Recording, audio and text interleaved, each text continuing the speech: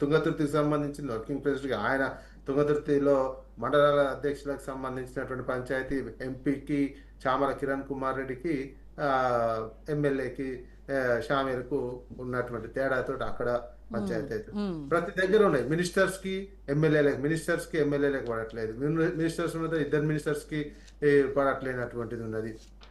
మొత్తం ఎమ్మెల్యేలు ఏమంటున్నారు, మొత్తం నియోజకవర్గం మా డబ్బులు రాకుండా మొత్తం ఎమ్మెల్యే మంత్రులే తీసుకుపోతున్నారు. ఆ నిధులే కాకుండా రావాల్సినటువంటి అనేక కమిషన్లు కూడా మాకు రావట్లేవు, పదవులు రావట్లేవు. ఈ ఈ ఈ సమస్యలే ఎక్కువగా ఉన్నాయి ఈ కాంగ్రెస్ పార్టీలో. దాని ప్రజాస్వామ్యము ఒక రాజకీయ అంశం కింద చెప్తున్నారు, కానీ అది నమ్మశక్యం లేనటువంటి అంశం. నిజంగానే పదవుల కోసం అన్యాయం జరిగినటువంటి రాజకీయంగా కొట్లాడడం అంటే దాన్ని అర్థం చేసుకోవచ్చు. అది అంతర్గత ప్రజాస్వామ్యంలో గట్టిగా అడుగుతున్నారు, కొట్లాడుతున్నారు. కానీ ఆ పదవులు కూడా ఇప్పుడు పక్క పార్టీ నుంచి వచ్చిన వాళ్ళకే ముందుగా ప్రయారిటీ ఇస్తున్నారు అనేది కదా. ఇప్పుడు తుంగతుర్తిలో కూడా అదే కదా, మందుల సామేలు ఏకపక్షంగా ఆయన నిర్ణయాలు తీసుకుంటున్నాడు. మండల అధ్యక్షుల నియామకాల్లో ఆయన ఒంటెత్తు పోకళ్ళు వెళ్తున్నారు. కనీసం చామల కిరణ్ కుమార్ రెడ్డి చెప్పింది కూడా పెడచవన పెట్టారు, వినట్లేదు అని చెప్పేసి కూడా వింటా ఉన్నారు. 9 మండలాల్లో 7 మండలాల్లో బీఆర్ఎస్ నుంచి వచ్చిన వాళ్ళకే పదవులు ఇచ్చారనేది కదా. కాంగ్రెస్ పార్టీలో కావచ్చు, అన్ని పార్టీలలో అలా జరుగుతుంది. అక్కడ ఎందుకు ఎవరైతే మళ్ళా వివిధ రకాల ఆశలు చూపిస్తున్నారో వాళ్ళకే పదవులు ఇస్తున్నారు, అమ్ముకుంటున్నారు కదా. కాంగ్రెస్ పార్టీలో వచ్చినటువంటి పదవులను అమ్ముకుంటున్నారు. అసలు కోమటిరెడ్డి వెంకటరెడ్డి వీళ్ళు అన్నది పిసిసి అధ్యక్షుడు ఇప్పుడు ఉన్నటువంటి ముఖ్యమంత్రి కొనుక్కొని వచ్చిందన్నారు కదా. అవును, ఫస్ట్ అది అదే ఇది ప్రజాస్వామ్యం అంతర్గత ప్రజాస్వామ్యం అనిపించుకోదు కాంగ్రెస్ పార్టీ చెప్పేది.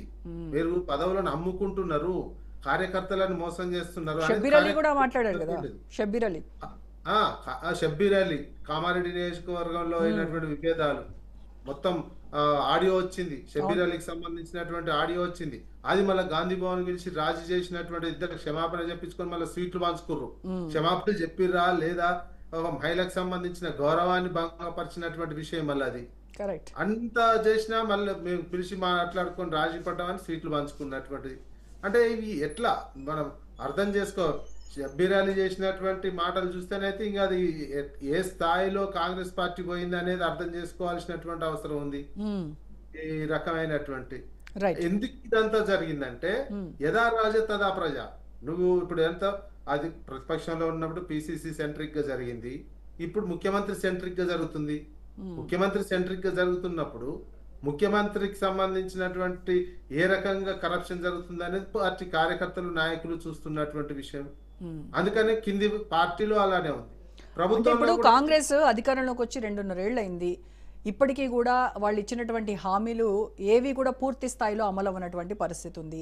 ఇటువైపు ఏమో కాళేశ్వరంలోంచి నీళ్లు మోటార్లు ఆన్ చేయండి అని బీఆర్ఎస్ అడుగుతూ ఉంటే, మోటార్లు ఆన్ చేస్తే భద్రాచలం మునుగుతుంది, 44 గ్రామాలు మునుగుతాయి, కాబట్టి మీరు చేసినటువంటి తప్పు ఇవాళ రైతుల పాలిట శాపం అయింది అని చెప్పేసి ఇటువైపు కాళేశ్వరం గురించి ఇలాంటివి నడుస్తున్నాయి.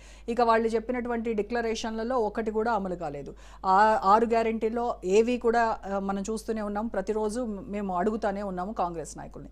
సో ఇన్ని సమస్యలు రాష్ట్రంలో ఉంటే ఇవన్నిటినీ పక్కన పెట్టి ఈ అంతర్గత కుమ్ములాటలు ఎక్కువైపోయినాయి కాంగ్రెస్లో.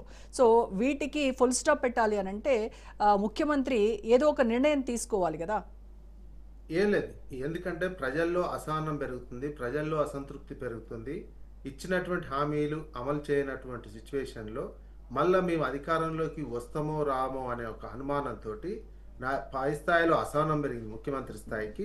కింది స్థాయిలో పదవులు కొద్ది రోజులు వచ్చి రానటువంటి వాళ్ళు అసహనం వ్యక్తం చేస్తూ మేము ఇన్ని సంవత్సరాలు కష్టపడి అధికారంలోకి తీసుకొచ్చిన 2.5 సంవత్సరాలు కొంతమంది ఎంజాయ్ చేసారు, మాకు మిగతా 2.5 సంవత్సరాలు మిగిలి ఉంది, మాకు దక్కట్లేదు, మాకు గుర్తింపు రావట్లేదు అనే దాంతో వాళ్ళలో పెరిగినటువంటి అసహనం, ఒక అసంతృప్తి. మాకు దక్కట్లేదు, అయిపోతుంది, టైం అయిపోతుంది, మళ్ళీ వస్తామో రామో అనే ఒక అనుమానము.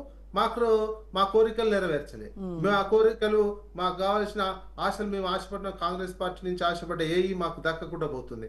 ఎవరో వచ్చి తనకపై వాళ్ళే ఎంజాయ్ చేశారు ఈ 2.5 సంవత్సరాలు, మాకు రాలేదు అని ఒక అసహనంతో జరుగుతున్నటువంటి పరిణామం కాంగ్రెస్ పార్టీలో ఉంది. అందుకే కాంగ్రెస్ పార్టీలో ఒక అసంతృప్తి జ్వాల రగులుతుంది. ఇంకా మీడియా ఈరోజు ఇంకా చూసినాం, యాదగిరిగుట్టకు సంబంధించిన ఈశ్వరమ్మకు మెంబర్ గా ఇస్తే అక్కడ ఫోటో పెట్టలేదని శివచరణ్ రెడ్డి మొత్తం ఫ్యాక్షనిస్టులు కొట్టుకున్నట్టే కొట్టుకున్నారు, కర్రలు రాడ్లు పెట్టుకున్నారు, పోలీసులు లాఠీ చార్జ్ చేయాల్సినటువంటి పరిస్థితి వచ్చింది. అవును. ఇది పోరాటాలు ఇవి ఏంటంటే మీడియా కూడా చాలా సందర్భాల్లో దీన్ని తక్కువ చేసి చూపిస్తున్నటువంటి. అదే రాజశేఖర రెడ్డి ఉన్నప్పుడు, కోట్ల విజయభాస్కర్ రెడ్డి ఉన్నప్పుడు మీడియా ఎట్లా చూపి కాంగ్రెస్ పార్టీలో చిన్న జరిగితే 5 రోజులు 6 రోజులు పేపర్లో ఫస్ట్ పేజీలలో వచ్చి అసలు కాంగ్రెస్ పార్టీ ఇక అనే విధంగా ఉండేది. కానీ ఇక్కడ మారిన పరిణామాలు కావచ్చు, ఉన్నటువంటి మద్దతు, చంద్రబాబు నాయుడు మద్దతు ఉన్న పత్రికలు కావచ్చు, బీజేపీ బీజేపీ ఇక్కడ ఉన్నటువంటి రేవంత్ రెడ్డికి ఉన్నటువంటి రిలేషన్స్ కావచ్చు, మీడియాలో కూడా ఇప్పుడు కాంగ్రెస్ అంతర్గత సమస్యల మీద ఎక్కువ చర్చ జరగట్లేదు. స్థాయిలో కానించి కర్రలతోటి కొట్టుకొని పోలీసులు లాఠీ చార్జ్ చేసుకునేటువంటి సిచ్యువేషన్ కు పోయింది అధికారం ఉన్న చోట. ఇటువంటి పరిస్థితి కాంగ్రెస్ పార్టీ చూసినా కానీ ఇంత ఈ రకం ఉండి కూడా మళ్ళీ ప్రజలకు తెలియలేకపోవడం, ప్రజలకు మీడియాలో రాకుండా ఉండడం, ఇది ప్రజాస్వామ్యం ఎలా అవుతుంది?